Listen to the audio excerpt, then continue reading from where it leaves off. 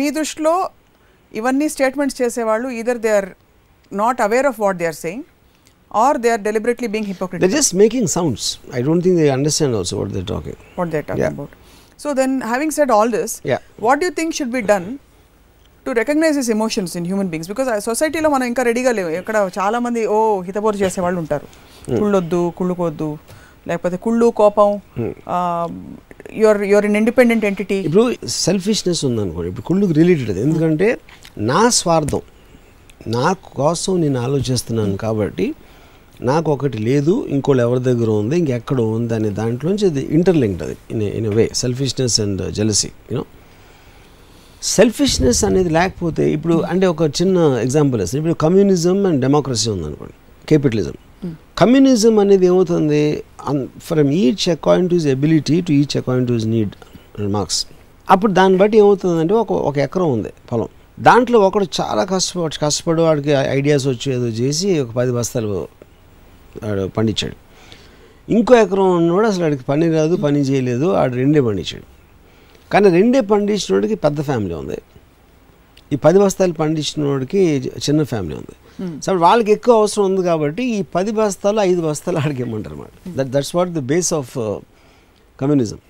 You know, అప్పుడు ఎప్పుడైతే వీడు నేను చేసినా కూడా వాడి దగ్గరికి వెళ్ళిపోతుంది అన్నప్పుడు వీడి మోటివేషన్ పోతుంది. So he will not work beyond a certain way. ఎందుకు నా దగ్గర ఎలా ఉండదు కాబట్టి నేను ఎందుకు చేయాలని అనుకుంటాడు. అప్పుడు ఎందుకు చేస్తున్నాడు, వాడి దగ్గరే ఉందంటే వాడి సెల్ఫిష్నెస్ అనేది వాడితో పనిచేస్తుంది. తర్వాత వాడు ఇంకోటి 20 బస్తాలు చేస్తున్నాడు, వాడిని కొట్టేయాలి, వాడికన్నా మీదకి వెళ్ళాలనేది ఒక మోటివేషన్ ఉంటుంది. That is the whole growth and advancement of society. You know, which is the reason the capitalist countries have developed the most in the world and all the other societies have vanished or vanishing as we are talking. So America anedi greed, selfishness, greed, ఏదైతే మన negative emotions ఉంటాయో దానికి ఎక్కువ ప్రాధాన్యత ఇస్తారు కాబట్టి that is the most richest country today. As a culture మనం నిన్ను నువ్వు ఎక్కువ ప్రేమించుకో అని చెప్తాం, love yourself the most అంటే అదే మనకి స్వార్థం కాంటెక్స్ట్లో. అట్ ద సేమ్ టైం అందరినీ ప్రపంచాన్ని ప్రేమించని కూడా చెప్తాం పార్లర్లో. Which do think holds good? ప్రపంచాన్ని ప్రేమించడం అనేది ఒక అల్ట్రూస్టిక్ ఆస్పెక్ట్. అది అంటే ప్రతిసారి చెప్తూ ఉంటారు అందరూ నీ వాళ్ళే ఇది అది అని.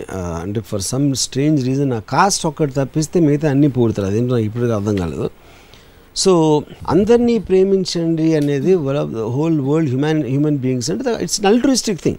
That doesn't make any sense to me. అదేంటో దాని మీనింగ్ కూడా నాకు అర్థం కాదు. ఉదాహరణకి చెప్తాను నేను, దేశాన్ని నా ఫ్రెండ్ ఒకడు ఉండేవాడు, లవ్ మై కంట్రీ అంటూ ఉంటాడు మాట్లాడితే. సో నేను అడిగాను ఒకరోజు అని, when you say you love your country, నీకు ఆ రోడ్స్ ఇష్టమా, ఆ కొండలు ఇష్టమా, లేకపోతే మురికి డ్రైన్స్ ఇష్టమా? నువ్వు ఎప్పుడు మాట్లాడితే ఆడెదవా ఈడెదవా అని చెప్తా ఉంటావు నాతో అందరు. ఉదాహరణకి ఒక 10 మందిలో ఎంతమంది నీకు ఇష్టం అన్నాను, మేబీ 2 people అన్నాడు. అంటే 98% of the country people you know you hate, మిగతా వాళ్ళేమో తెలియదు అసలు. అప్పుడు ఏంటి ఐ లవ్ మై కంట్రీ అంటే పాలిటీషియన్సా? పొద్దున్న లేస్తే పాలిటీషియన్స్ లంచాలు తింటారు, స్కాములు చేస్తారు అంటావు, రోడ్స్ని తిడతావు, మన గవర్నమెంట్ని తిడతావు, ఐ లవ్ మై కంట్రీ అంటావు. ఏంటి ఏది కంట్రీ మరి? Then define me the country అన్నాను. అంటే ఆడికి తెలియదు. That is what I'm saying. Emotion ఎవడు ఫీల్ అవుతాడంటే అర్థం చేసుకొని ఫీల్ అవుతాడు ఎమోషన్.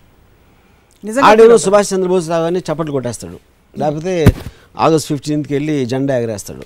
ఎందుకంటే అది ఒక ప్రోగ్రామ్ థింగ్. అంటే ఆల్మోస్ట్ మీరు స్విచ్ నొక్కితే లైట్ వెలిగినట్టు ఎలక్ట్రిసిటీ వస్తుంది, లైట్ వెలగాలి, ఐ లవ్ మై కంట్రీ అని చెప్పాలి. అంటే కంట్రీ అనేది ఏంటి అనేది అసలు ఆడికి అర్థం కూడా అవ్వదు. సో అంటే నేను ఒక ఎగ్జాంపుల్ చెప్తున్నాను, ప్రపంచాన్ని ప్రేమించాలి, అందరినీ ప్రేమించాలని. సో నేను ఒక రిలయబుల్ సర్వేలో ఒకవేళ నీకు పాకిస్తాన్ వాళ్ళు అందరూ చాలా మంచోళ్ళు, ఇండియన్స్ అందరూ చెడ్డోళ్ళు అని ఒక రిలయబుల్ సర్వే చెప్పింది అనుకో, అప్పుడు పాకిస్తాన్ ప్రేమిస్తావా అని అడిగా. అదేంటి అదే అడుగుతున్నాను. అంటే నువ్వు మనుషుల్ని ప్రేమిస్తున్నావా లేకపోతే దేశం అంటే ఏంటి?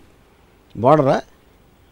ఇక్కడ ఇండియా ఇక్కడ అయిపోతుంది, పాకిస్తాన్ ఆ బార్డర్, ఆ ల్యాండ్ నీకు ఇష్టమా? So first of all you don't even know what a country means, you know. So అలాగా సేమ్ థింగ్, అందరినీ ప్రేమించాలి, అందరినీ నీ తమ్ముళ్ళగా చూసుకోవాలి. అంటే ఏంటి, మీ పక్కన ఆఫీస్లో 10 మంది ఉంటే 8 పాలిటిక్స్ ఉంటాయి మనకి. అవును, ఏదానికి ఒకరంటే ఎక్కువ ఇష్టం ఉంటుంది, ఒకరంటే ఇష్టం ఉండదు, ఒకరంటే ఎలర్జీ ఉంటుంది, ఇంకోటి ఏదో ఉంటుంది. అప్పుడు పొద్దున్న లేచి అందరినీ సమానంగా చూసుకోవాలి, అందరూ మనుషులే అంటే అంశమే, అందరూ మనలోనే ఒక అంశమే. సో అప్పుడు it's easier to love your self. Because it also ingrained in human nature. ఇందాక నేను చెప్పినట్టు సెల్ఫిష్నెస్ అనేది, స్వార్థం అనేది మనిషికి బేస్. అది దాని నుంచి ఇంకొకటి నా దగ్గర లేదు అని jealousy, mixture of selfish and jealousy are the most two beautiful emotions in human being. Bill Gates ఎవరిని చూసి కుళ్ళుకుని మైక్రోసాఫ్ట్ పెట్టుంటారు? అంటే which ever company was before him, I don't know that. I mean నాకు పేరు వాళ్ళని చూసి కుళ్ళుకుని 100% నేను ఎందుకు చేయకూడదు అని దీంతోటి he created that kind of all value the in the people world. who become very big only come from that. ఎందుకంటే అది లేకపోతే మీకు మోటివేషన్ అనేది ఉండదు. నేను శివ తీసినప్పుడు మిగతా డైరెక్టర్ అందరికన్నా వాళ్ళు అంత పొజిషన్లో ఉన్నారు, నాకు వాళ్ళకన్నా బాగా తెలుసు, వాళ్ళు ఎందుకు అక్కడ ఉన్నారు, నేను మాత్రం ఎందుకు ఉండకూడదు అనే ఎమోషన్తోనే వచ్చాను నేను. అబ్దుల్ కలాం గారు మరి రాష్ట్రపతి ఎలా ఉంటారు? నాకు అసలు రాష్ట్రపతి పొజిషన్ నాకు తెలియదు, అది ఏం చేస్తారో కూడా తెలియదు నాకు యాక్చువల్గా. So I really don't know. అంటే ఏదో ఎప్పుడో బ్రిటిష్ ఎక్కడో టైం నుంచి వచ్చి అలా ఉండిపోతారు కానీ, so I don't even know actually. So I'm quoting a few great names in our Indian history, in people of But context. I'm not very sure. I think Abdul Kalam is a great man, except that he was in a position. నాకు great man ఎవరు అంటే, I want to see a direct effect of that man. ఆయన చేసిన deed కానీ thought నుంచి నాకు ఒక personal effect పడాలి. ఎలాంటి ఏమైనా ఎఫెక్ట్ అంటే he should make a difference to me. నా లైఫ్ స్టైల్లో కానీ నా థింకింగ్లో కానీ ఒక డిఫరెన్స్ రావాలి నాకు. 100%. He's a great man. Yeah. Great is no, he affected me. He affected you. Yeah. Great అనేది is a subjective thing. ఎవరికి గ్రేట్ అని. సో మీకు మైల్డ్ గా ఏ ఇంపాక్ట్? మామూలుగా అంటే మామూలుగా పొజిషన్స్లో అక్కడక్కడ నుంచి అంటే ఏమంటారు దాన్ని, పోస్ట్ లాగా ఇక్కడ లెఫ్ట్ తిరగండి అక్కడ రైట్ అలాంటి బోర్డ్స్ లాంటి నేను that very informative thing for me. So taking your ism forward, కుళ్ళుని నిజంగానే ఇలా వంట పట్టి చేసుకుని మీ ఇప్పుడు ఈ ప్రోగ్రామ్ చూసేసి యువత అంతా కూడా కుళ్ళు కూడా మొదలు పెడితే వాళ్ళు కుళ్ళుకుంటున్నారు. వాళ్ళు నా మాట అందరూ దాచుకుంటారు, నేను బయటికి చెప్తున్నాను అంతే. అంతే అంటారు. అంతే. ఇప్పుడు మీరు సర్టిఫికేట్ ఇచ్చారు కాబట్టి మిమ్మల్ని ఫాలో అయ్యే అభిమానులందరూ కూడా కుళ్ళు కూడా మొదలు పెట్టేస్తే కుప్పకూలిపోయి సమాజం అంతా కూడా నేరాలు పెరిగిపోయి ఘోరాలు పెరిగిపోయి ఆ బ్లేమ్ అంతా రామ్ గోపాల్ వర్మ గారు తీసుకుంటారా? ఇంకా సొసైటీ ఇంకా బెటర్ అవుతుంది, మన అమెరికా అంత బెటర్ దేశం అవుతుంది. ఎందుకంటే నిజాలు మాట్లాడి బయట పెట్టుకుంటున్నాం కాబట్టి the society will advance far more. కానీ యూర్ రైట్, కుళ్ళుని హ్యాండిల్ చేసి కుళ్ళు బయటకు వచ్చినప్పుడు ఏదైనా ఒక ఎమోషన్ కట్టలు దించుకుని బయటకు వచ్చినప్పుడు దాన్ని కంటైన్ చేయడానికి వ్యవస్థ సరిగా లేకపోతే that can turn into a potentially hazardous energy. See, మీకు దాంట్లో ఇందాక మన విషయం ఎగ్జాంపుల్ చెప్పినట్టే దానికి ఇప్పుడు ఏదైనా కూడా ఇప్పుడు బాటులినం టాక్సిన్ అని ఎక్స్ట్రాడినరీ డేంజరస్ బ్యాక్టీరియల్ ఆర్గానిజం ఉంది. ప్రాబ్లీ ఎబోలా వైరస్ తర్వాత it's most dangerous disease, I mean virus bacteria. దాన్ని they are using it for Botox treatment now. Beauty treatment Botox దాని నుంచి తెస్తున్నారు. సో ఏది ఎలాంటిదైనా if you accept it for what it is you can turn it to a good virtue. నేను చెప్పేది అది. చాలా మంచి ఎగ్జాంపుల్ ఇచ్చారు. So I can hold you there. Botox injection handle చేయడానికి నిపుణులు డాక్టర్స్ ఉన్నారు who know how to use it, how much to use it. Correct. ఇప్పుడు ఈ కుళ్ళు కట్టలు తెంచుకుని బయటకు వస్తే వర్మ గారే డాక్టర్ అవుతారు. కట్టలు తెంచుకుని బయట ఉంది ఆల్రెడీ, ఇది మనం చెప్తున్నాం. ఉంది ఐ అగ్రీ విత్ యూ. ఉందని యాక్సెప్ట్ చేసుకుందాం ఫర్ సమ్ టైమ్. అది బయటకు వచ్చేస్తుంది. మీరు చెప్పారు పర్మిషన్ ఇచ్చారు, లైసెన్స్ ఇచ్చారు కాబట్టి ఇట్ విల్ కమ్ అవుట్. దాన్ని హ్యాండిల్ చేసే మెకానిజం ఏమిటి, ఎంత యూస్ చేయాలి, ఎక్కడ యూస్ చేయాలని చెప్పి who is going to handle? కానీ అండర్స్టాండ్ చేసుకున్నప్పుడు ఆటోమేటిక్గా అప్పుడు మీరు ఎడ్యుకేషన్ అనేది అదే కదా. ఎడ్యుకేషన్ అనేది ఇప్పుడు ఆది మానవులుగా ఉన్నప్పుడు ఒక్కొక్కటి చెప్పి ఒక ఇలా ఉండాలి, ఇలా చేయకూడదు, అగ్రికల్చర్ అని అలా ఎడ్యుకేట్ చేసి కదా సొసైటీ ఎంతవరకు వచ్చింది. So that education has to start some time. Okay, కుళ్ళు ఉండడం మంచిది అనే ఒక కోర్సులు పెట్టాలి. దానికి ఏమైనా స్టెప్స్ ఉన్నాయా? 30 రోజుల్లో కుళ్ళుని జీర్ణించుకోవడం ఎలా? All kinds of things. How do you కానీ వాళ్ళలో ఆల్రెడీ ఉంది కాబట్టి వాళ్ళు ఈజీగా అర్థం అవుతుంది. అంటే కొత్తగా కుళ్ళు నాకు చెప్పకలేదు. ఇంజనీరింగ్ అంటే నాకు నేర్పించాలి, కుళ్ళు నేర్పించాలి. నా దగ్గర ఆల్రెడీ ఉంది కాబట్టి దాన్ని ఎలా వాడాలి అనేది చాలా ఈజీగా అర్థం. కుళ్ళుని పెంచి పోషించడం ఎలా? పుస్తకాలు రాలేదు ఇంతవరకు. Nobody will dare right. మీరేమన్నా రాస్తారా? నాకు అంత ఓపిక లేదు, బట్ నేను మాకు కావాలంటే చెప్తా. I agree. మీరు మనిషిలో ఉండే సహజమైన ఎమోషన్స్కి ఒక ఫ్రీడమ్, ఒక స్వేచ్ఛ ఇస్తే అవి ఎక్కడ పోవు, కరెక్ట్గా ఉంటాయి, ఎక్కడ పడాలో అక్కడే పడతాయి అంటున్నారు. వాటిని పెంపొందించడం ప్రస్తుతం ఎలాగా సొసైటీలో ఉండే కాన్ఫ్లిక్టింగ్ ఫోర్సెస్ నడుమా? How is it? ఇప్పుడు రెండు పాయింట్స్ అండి. కుళ్ళు ఉండటానికి, ఆ కుళ్ళు మొలను మనం ఏం చేద్దామని అనటానికి, అసలు ఏం చేస్తే దాని ఇదేంటంటే అప్లికేషన్కి. అంటే ఒక చిన్న I just give slightly divorce example. నాకు ఇప్పుడు ఒక అమ్మాయి కనిపించింది. మీకు ఎప్పుడు అమ్మాయి కనిపిస్తారు అంటే చాలా ఈజీ ఎగ్జాంపుల్. ఒక హస్బెండ్ వైఫ్ వెళ్తున్నారు. ఆ వైఫ్ అని నాకు చాలా నచ్చేసింది. నాకు లేదు అని నేను కుళ్ళుకున్నాను. అప్పుడు నేను వెళ్ళి తనను పట్టుకున్నాను అనుకోండి, అది కావాలి, అది చేయాలని నా కోరిక చెప్తున్నాను. ప్రాక్టికాలిటీ ఏంటంటే మొగుడు నన్ను చెంప మీద కొడతాడు డెఫినెట్గా. అది ప్రాక్టికాలిటీ. అప్పుడు నేను వాడికన్నా బలవంతున్నా నేను వాడిని కొడితే అది క్రైమ్ అవుతుంది. లేకపోతే పక్కన ఎవరు చూసి ఇంకోటి చేస్తే నేను సొసైటీకి అగెన్స్ట్కి వెళ్తున్నాను. ఈ 3 నేను చేసుకున్న డీల్ నుంచి వచ్చిన అప్లికేషన్స్, రియాక్షన్స్. ఆ రియాక్షన్స్ నాకు తెలుసు కాబట్టి నేను నాలో ఉన్న డిజైర్ని నేను కంట్రోల్ చేసుకుంటాను. లేదా ఒకవేళ అది కాదు, అదే అన్నా నేను కంట్రోల్ చేసుకుంటాను. కానీ నేను గిల్టీగా ఫీల్ అవ్వట్లేదు. మీకు అర్థం కావట్లేదు. కుళ్ళు అనేది గిల్టీగా ఫీల్ అవ్వాల్సిన అవసరం లేదు. ఒకటే చెప్తున్నాను నేను. అప్పుడు నేను ఏం చేస్తాను, ఇప్పుడు నేను సూపర్ మ్యాన్ అనుకోండి, సపోజ్ అప్పుడు ఇళ్ళు చేయలేరు, మొగుడు చేయలేరు, ఎవరైనా చేయలేరు.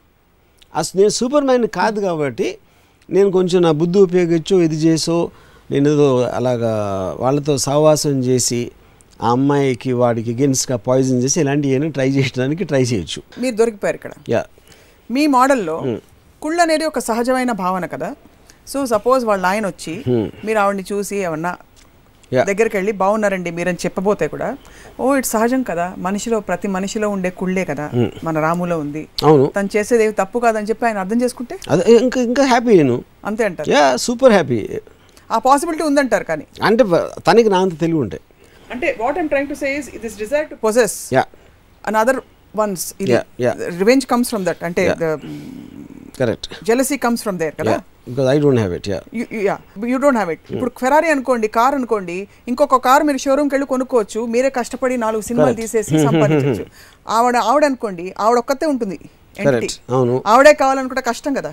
అప్పుడు నేను ఆవిడని నాతో ప్రేమలో పడి ట్రై చేస్తా. ఓహో, సో డిఫరెంట్. కార్ని డబ్బుతో కొనొచ్చు, అమ్మాయిని హృదయంతో కొనొచ్చు. హృదయం, అక్కడ హృదయం వాడుకుంటారు మీరు. No, the point of this discussion is not to lighten up what you're saying, but more to understand దీని అప్లికేషన్. మీరు ఇంత కుళ్ళుకి ప్రాపగండా పబ్లిసిటీ మేనేజర్ అవుతున్నారు కాబట్టి దీని అప్లికేషన్ అండ్ దీని absorption, how is it possible? Because it is challenging the very premise of the whole society. So my whole point is, guilt anedi, what is guilt? Guilt is nothing but a feeling which brings you down from any emotion which you're not supposed to feel. నేను ఇది feel అవ్వకూడదు కానీ feel అవుతున్నాను, అప్పుడు నేను guilty feel అవుతాను.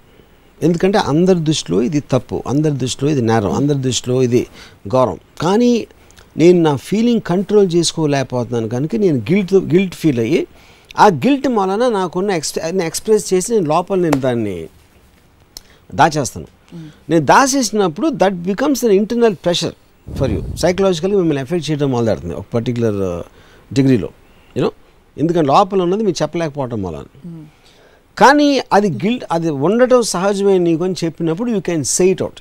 So you are not feeling psychologically in a diminutive aspect. And since you let it out, you'll be it cleans you and you'll become a healthier person overall. So దాని తర్వాత మీరు options, okay నాకు option A, I will act on it. Option B, I will compromise. Option C, I'll find easier ways to get it. Yes. So you can అది application అవుతుంది. Application లో మనం ఏమైనా సమझौता कर सकते हैं. అది మీ పవర్ బట్టి మీ ఓపిక. అది పొసెసివ్నెస్ అంటే ఏమిటి? కుళ్ళులో వచ్చేదైనా, కుళ్ళు నుంచి వచ్చేదైనా? Possessiveness is slightly different. Possessiveness అనేది ఒక, I think it's related to ego slightly, because నాది నేను అనేసి నాకే అనేది ఒక ఇంకెవరికి దక్కకూడదు అనేది ఒక, అంటే it's like a property right in a sense of the word, you know. I don't think it's related to hear. మనం చెప్పిన topic positiveness is not about that. Positiveness అంటే ప్రాపర్టీ నాది. ఇప్పుడు మీరున్నారు, మీ గర్ల్ ఫ్రెండ్ ఉంది, మీ గర్ల్ ఫ్రెండ్ మిమ్మల్ని ఇంకొక అమ్మాయి చూసింది. ఆ అమ్మాయి, మీరు ఇందాక ఎగ్జాంపుల్ ప్రకారం this is a good looking boy అని చెప్పి అనుకుంది. కరెక్ట్. ఈ అమ్మాయి పొసెసివ్ ఫీల్ అవుతుంది, ఆ అమ్మాయి ఈ అమ్మాయి దగ్గర ఉందని కుళ్ళు ఫీల్ అవుతుంది. రెండు they reflections of the same thing. No but completely opposite. కుళ్ళు అనేది మీరు అవతల నుంచి వస్తుంది, పాజిటివ్నెస్ అనేది మీ దగ్గర ఉన్నది, యూఆర్ ప్రొటెక్టింగ్. ఈ అమ్మాయి చూసి కుళ్ళుకుంటుంది కదా. ఏ అమ్మాయి? ఈ అమ్మాయి, మీ పక్క నుండి అమ్మాయి. ఈ అమ్మాయి ఎప్పుడు కూలుకుంటుంది? నాకు ఆ అమ్మాయి అంటే ఇష్టం ఉన్నప్పుడు కూలుకుంటుంది, లేకపోతే ఎందుకు ఉంటుంది? తనకి ఏం సంబంధం? నేను అక్కడికి వెళ్ళిపోతా ఉంటే తనకి సంబంధించింది వెళ్ళిపోతున్నాను కాబట్టి ఆ పొజిటివ్నెస్ ఉంటుంది. సో కుళ్ళుని సమర్థించే మీరు పొసెసివ్నెస్ని ఎందుకు సమర్థించరు? నేను అంటలేదు. Any kind of a thing you strongly feel I support. Positiveness also I support. కానీ that is not related to కుళ్ళు అంటున్నా. ఓకే, అంతే అంతే తప్ప అంతే, వేరేం లేదు.